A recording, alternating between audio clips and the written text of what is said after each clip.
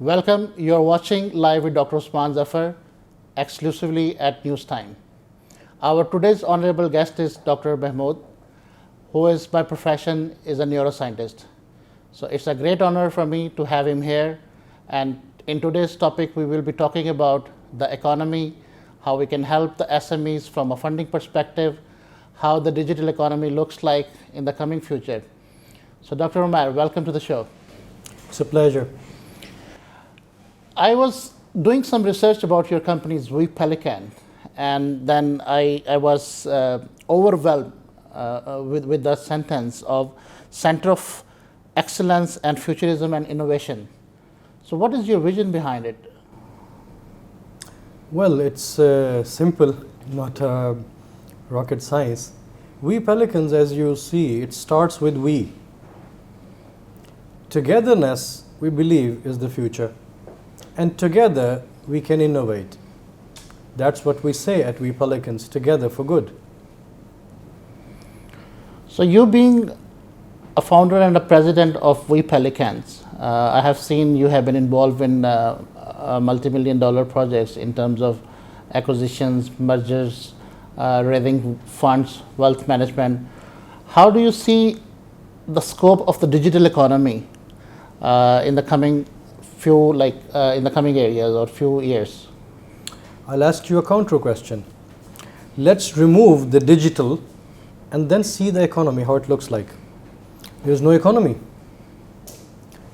This fourth industrial revolution, as people say, has actually entirely revolutionized how we do commerce, how we do business.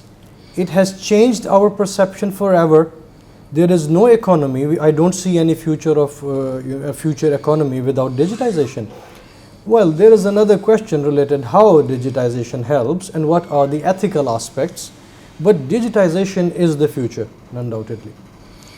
How do you see, after COVID-19, the capital raising for the companies based out of UAE and the rest of the world? Yeah, there has been a bit of skepticism. There has been a bit of cautious optimism, I would say, in the aftermath of COVID, and we are still going through it. But I think it will settle down, and something is going on, something is brewing up. So you will see a paradigm shift as an outcome. As an outcome from the, the cognitive process of the institutional investors, of the high net worth individuals, family offices, all those who generally invest. By the way, you are already aware of the fact that this region, the GCC region, UAE to be particular, is a very good ground for startups to sprout and thrive.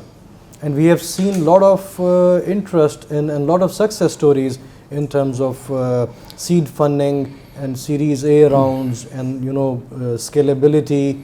So there is a lot of scope and things will definitely. But we do see a lot of challenges for an SME, especially in the Middle East, when they go to the financial institutions to raise funds. So how you can help here as We Pelicans? Challenges are with respect to, I would say, they need a bit of mentoring. It's not just about the corporate structure of around the idea. It's also about financial modeling, how they are the funding structure, and other aspects of like the governance, and the risk adjusted returns, projections. So it needs to be not to be taken as startups. They should be taken as newcos, in my opinion, and they should be mentored properly.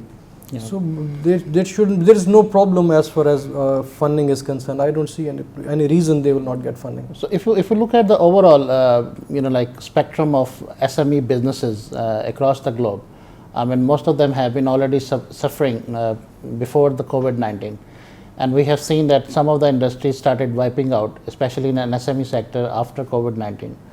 So what are your recommendations and best practices as We Pelicans to survive, to keep your head above the water and keep growing your businesses? Well, if you ask me one word, it's a big question, but in one word is diversity.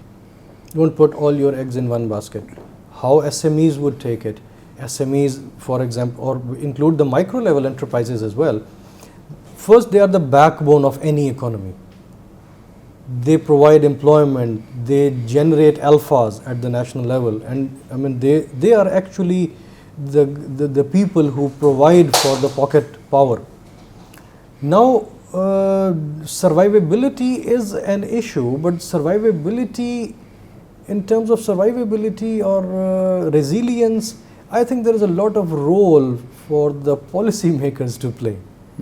There should be more involvement from the government sector, from the financial institutions, and academia.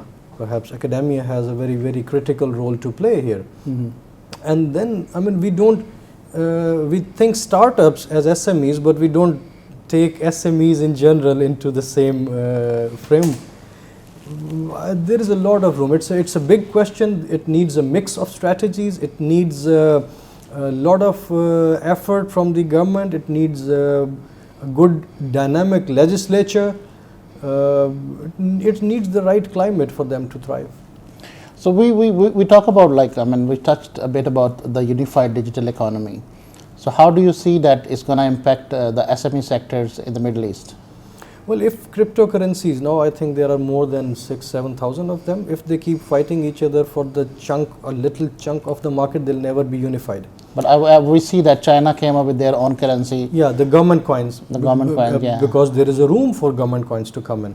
They are more mature at the policy level. They are more agile. They are more active. They can penetrate into the masses, and they can provide for the usability, the utility of the very coin. Yeah. Now, purely from the cryptocurrencies perspective, I had introduced a concept in one of the conferences about the credible digital assets. So you see these digital assets, those who are really credible, and there are certain parameters to gauge that credibility. Yep. And then there are other digital assets who lack that very credibility. So there should be a standardization, which I'm sure is going on, and there is lots of regulation coming up for the fintechs, including the cryptocurrencies. So do you think we have enough legislation framework available by the central bank? No, it's not. There's a lot of, there's a long way. Yeah, long way to go. And how do you see, for example, like, because we have seen the United Arab Emirates is the leading player when you talk about the adoption of the technology, when we talk about smart cities initiatives, when you talk about blockchain initiatives. So how do you see the future of digital currencies in Dubai? This is the place where you see the future. We have a museum for the future. We have a crypto center in DMCC. You are setting up a blockchain center of excellence. Could you do it anywhere else in the world? No. Well, this is the place. UAE has always been at the forefront of innovation. Now, whatever we do in Dubai, whatever we do in UAE in general, resonates across the globe. So if we want to do anything or any good to any part of the world, begin here. Dubai welcomes everyone, and that's the beauty. Yeah. So in your opinion, I mean, do you think like the SMEs need an extensive training program, especially on business development and the economic growth sides, especially in this part of the world? So what are your opinion on this topic? Well, if we design a block syllabus for the SMEs, I'll start with the governance. Okay. That's very critically important. Then they should have procedures, policies and procedures. Until now, this is one area where they lack proper mentoring. I won't even call it education. There's a lot of training, on-ground training. So you think that there is a requirement for a leadership development program? Definitely there is a requirement for a leadership development institution. And before that, there has to be a framework. We do have institutions for the corporate governance, we do have institutions for the leadership development, but for SMEs, who are really the backbone of every economy, we have to see how many trade licenses are issued and how many trade licenses are renewed at the end of the year. Yeah. Now that shows us the room for improvement, the room, how should we, and then you come up with the block syllabus. First we have a framework. Under that framework, there should be a block syllabus on how to involve these SMEs to mature their practices, to bring standardization to them, to encourage them to thrive, and from small they become medium, and from medium they they grow. So there has to be a plan for SMEs, and I'm sure there is. Chamber is doing a lot of work, government is doing a lot of work. So I think there is a lot of definitely room for improvement, but at least we are in the right vector direction. Dr. Umair, we are sitting in one of the most dynamic city in the world. So if you look at, for example, the UAE initiatives towards smart cities, IoTs, and blockchain, robotics, artificial intelligence, and I think we are not less than anybody else around the world. And UAE have also scored at many levels one of the best cities like Dubai, Abu Dhabi, and some of them the Northern Emirates. So there have been an extensive work which is done. So what is your advice to the new upcoming companies who are coming over here and set it up? So what sort of technological adoptions they should really think about to compete in this very competitive market, and how they can grow from here to the Middle East and North African regions? They should find, first of all, some little bit of soul searching, and they should find their niche.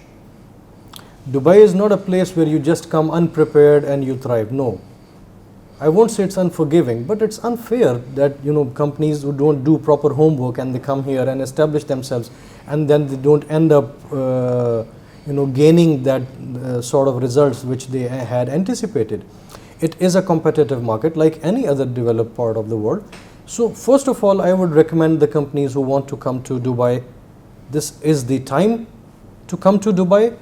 But be prepared, come prepared, do your math, do your research, and it is always better to join hands with some local partners. That would reduce that teething period. Do you think Expo 2020 is going to add a lot of value for these SMEs who are coming to Dubai? Absolutely, absolutely. They will see Dubai firsthand. Yep.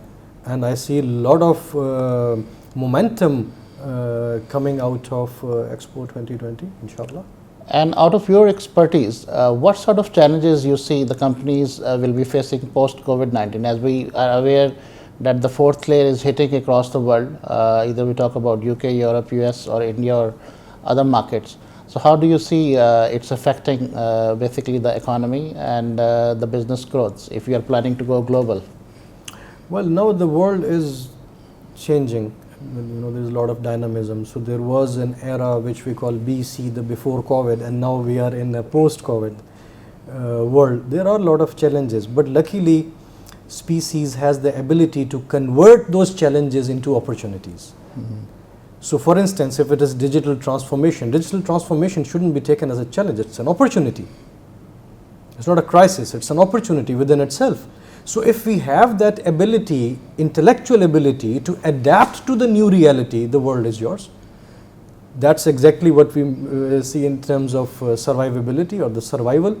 Three things: security, survival, and then the growth. So there are certain challenges. There is a mix of challenges. First of all, the strategy.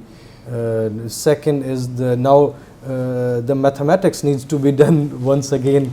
The numbers should be revised. Now we are looking at risk-adjusted returns. So the phenomenon is changing. There is a paradigm shift in thinking. Investors are now thinking differently. So yeah, there are challenges. But agile organizations with a degree of adaptability, they should take it as an opportunity. Yeah, I mean, you have been into extensively into fundraising part as well. So what is your advice to the companies who are seeking funding for the capital or capital raising?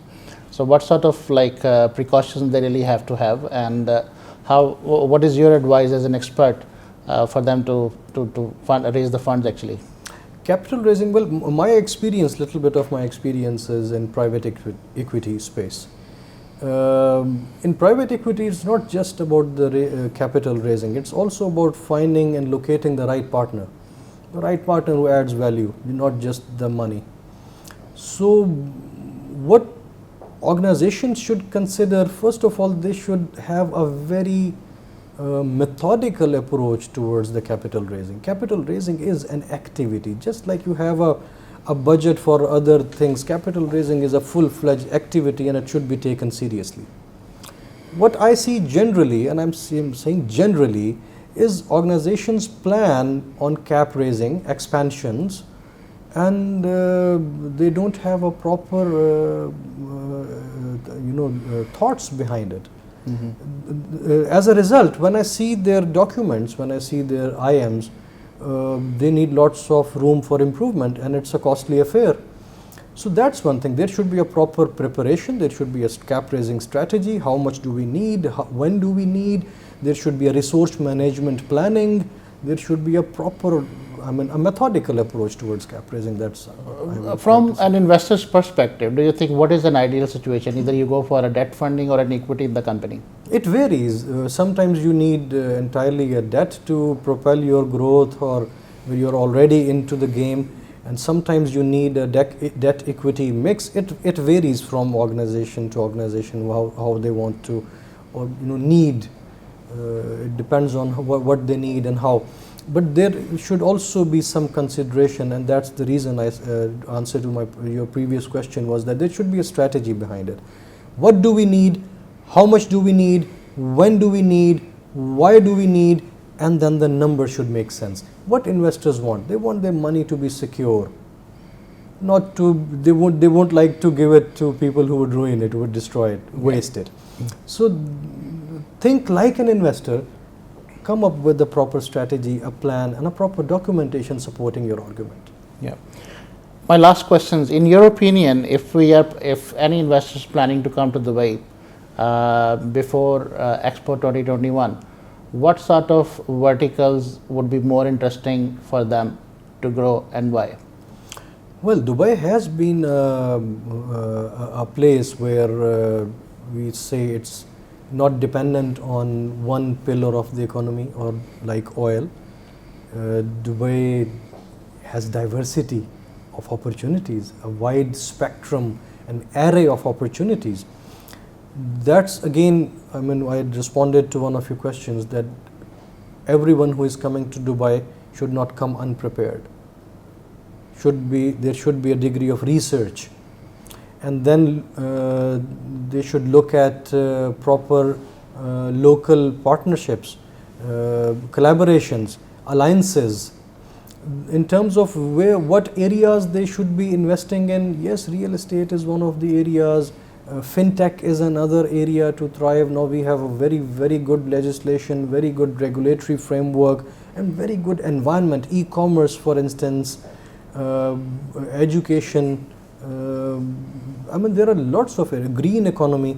I'm a very advocate of the green economy, and I cannot resist saying that the future is green. So think about, there are many things. There are many areas. But regardless of what area or what space you want to invest into, do your research, then come to Dubai, and we are here to welcome. Thank you very much, Doctor, for your time. Hi viewers, you're watching Live with Dr. Usman Zafar exclusively at News TV. Our today topic was about the economy in Dubai and how we can facilitate the SME sector to have a better business growth in the Middle East. And as we are all aware that Expo 2020 is approaching, Dubai government and the UAE government have put a lot of efforts for making this show live. They are facilitating more than 190 plus countries to come to Dubai and showcase their best practices. So in my opinion, this is one of the best time to come to Dubai, set up here, and I think UAE is the only country in the world right now who have vaccinated maximum number of people. So keep watching Live with Dr. Usman Zafar. In my next show, we will be coming up with some new innovative ideas to share with you. Thanks a lot. Thank you very much, Doctor. Thank you very much. It's been a pleasure to talk to you, to respond to your questions, and especially your appearance on the news time. It's very, very encouraging, and it's always a pleasure. Thank you.